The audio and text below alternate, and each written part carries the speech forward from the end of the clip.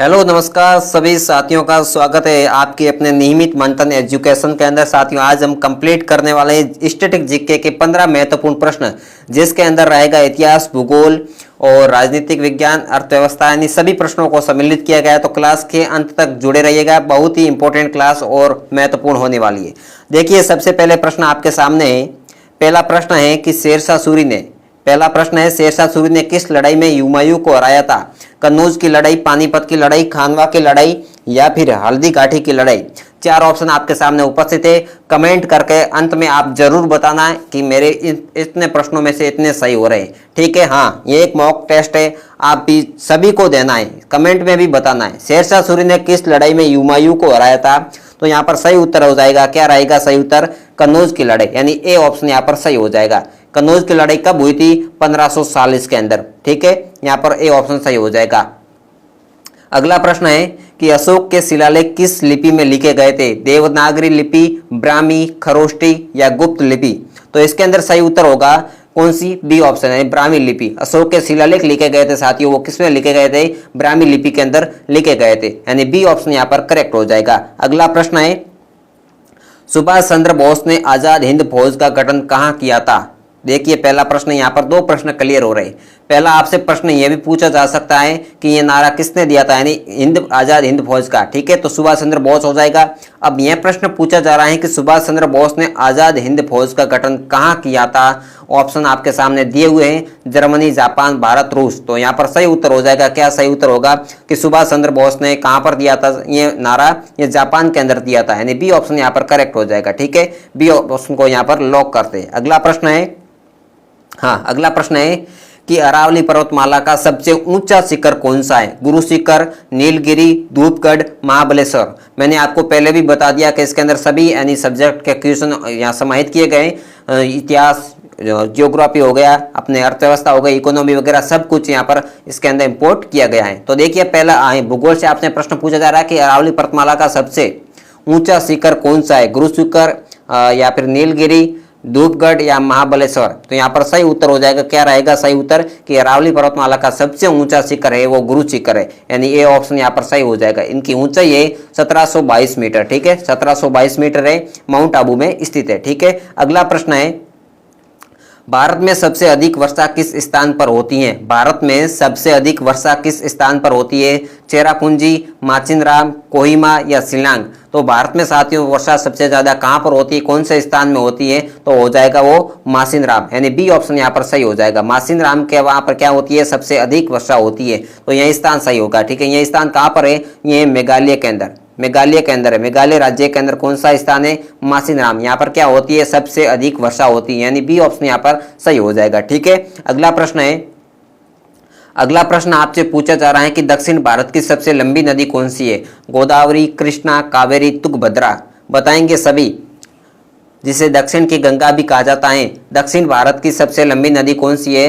तो दक्षिण भारत की सबसे लंबी नदी है वो गोदावरी है, यानी ए ऑप्शन यहाँ पर सही हो जाएगा। ठीक है, इसे क्या कहा जाता है? इसे दक्षिण की गंगा भी कहा जाता है। इसे क्या कहा जाता है? दक्षिण की गंगा भी कहा जाता है। ठीक है, यहाँ पर ए ऑप्शन सही हो जाएगा। अगला प्रश्न है, अगला प्रश्न है सबसे हल्का गैस कौन सा है? यहाँ आपसे साइंस से प्रश्न पूछा जा रहा है कि सबसे जो हल्की गैस है वो कौन सी है? हाइड्रोजन है, हीलियम है या फिर ऑक्सीजन या नाइट्रोजन?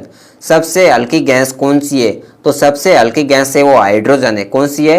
हाइड्रोजन हल्की गैस है सबसे, ए ऑप्शन यहाँ पर सही हो जाएगा। ठीक है, क्या है? सबसे हल्की गैस है, और इसका उपयोग कहाँ पर किया जाता है? यहाँ पर गुब्बारों के अंदर हम जो गैस भरते हैं वो होती है हाइड्रोजन। ठीक है, वो सबसे क्या होती है? हल्की होती है, ताकि उड़ने में सहायक हो। अगला प्रश्न है मानव शरीर में लाल रक्त कणिकाओं की उम्र कितनी होती है? बताएंगे। मानव शरीर में जो आरबीसी है, लाल रक्त कणिका है, इनकी उम्र कितनी होती है? 60 दिन, 90 दिन या फिर 120 दिन या 150 दिन? तो मानव शरीर में लाल रक्त कणिका की उम्र होती है वो 120 दिन होती है। कितनी होती है? यानी सी ऑप्शन यहाँ पर सही हो जाएगा, 120 दिन होती है। ठीक है, अगला प्रश्न है, अगला प्रश्न आपसे पूछा जा रहा है टेलीविजन का आविष्कार किसने किया था? नवा क्वेश्चन है, टेलीविजन का आविष्कार किसने किया था? तो टेलीविजन का आविष्कार किया था जॉन लॉगी बेयर्ड ने, यानी बी ऑप्शन यहाँ पर सही हो जाएगा। किसने किया था? टेलीविजन का आविष्कार किया था जॉन जॉन लॉगी बेयर्ड ने। अब कब किया था? 1925 के अंदर, 1925 के अंदर किया था टेलीविजन का आविष्कार। ठीक है, ये कहाँ के थे? ये स्कॉटिश के थे। ठीक है, स्कॉटिश के, यानी यहाँ पर ए बी ऑप्शन सही हो जाएगा। अगला प्रश्न है, भारत में लोकसभा का गठन पहली बार कब हुआ था?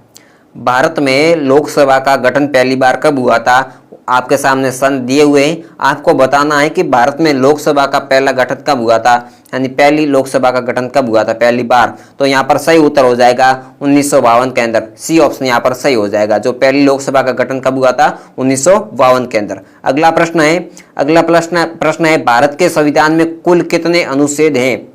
यानी यह प्रश्न पूछा जा रहा है कि संविधान लागू होने के समय, ठीक है, संविधान लागू होने के समय भारत में कुल कितने अनुच्छेद हैं?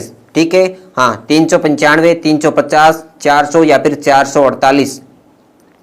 तो यहाँ पर हमारा सही उत्तर हो जाएगा 395, यानी ए ऑप्शन यहाँ पर करेक्ट हो जाएगा। जो मूल संविधान में 395 अनुच्छेद थे। ठीक है, अगला प्रश्न साथियों, राज्यपाल को कौन नियुक्त करता है? प्रधानमंत्री, राष्ट्रपति, मुख्यमंत्री या फिर संसद? राज्यपाल को कौन नियुक्त करता है? तो राज्यपाल को नियुक्त कौन करता है? तो राष्ट्रपति नियुक्त करता है, यानी बी ऑप्शन यहाँ पर सही हो जाएगा। ठीक है, अगला प्रश्न हमारा है, भारतीय मुद्रा नोट, यानी भारतीय मुद्रा नोटों पर किसका हस्ताक्षर होता है? प्रधानमंत्री का, वित्त मंत्री, राष्ट्रपति या आरबीआई के गवर्नर का? बताएंगे सभी।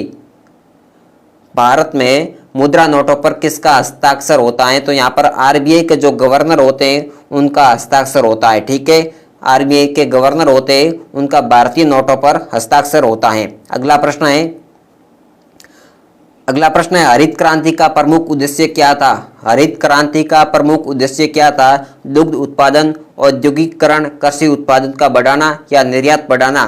तो साथियों, हरित क्रांति का मुख्य उद्देश्य था, ये था कृषि उत्पादन को बढ़ाना। ठीक है, कृषि उत्पादन को बढ़ाना इनका हरित क्रांति का मुख्य उद्देश्य था।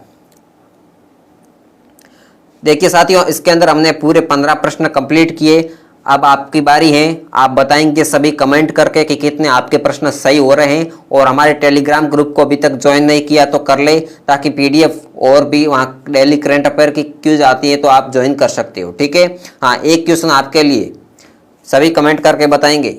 एक क्वेश्चन आपके लिए है, ये प्रश्न आपके लिए इकोनॉमी से जुड़ा है कि भारत में राष्ट्रीय आय की गणना कौन करता है? भारत में राष्ट्रीय आय की गणना कौन करता है, ये आप कमेंट में बताना। ठीक है, मिलते हैं नेक्स्ट क्लास के साथ, तब तक साथ जुड़े रहिए। धन्यवाद।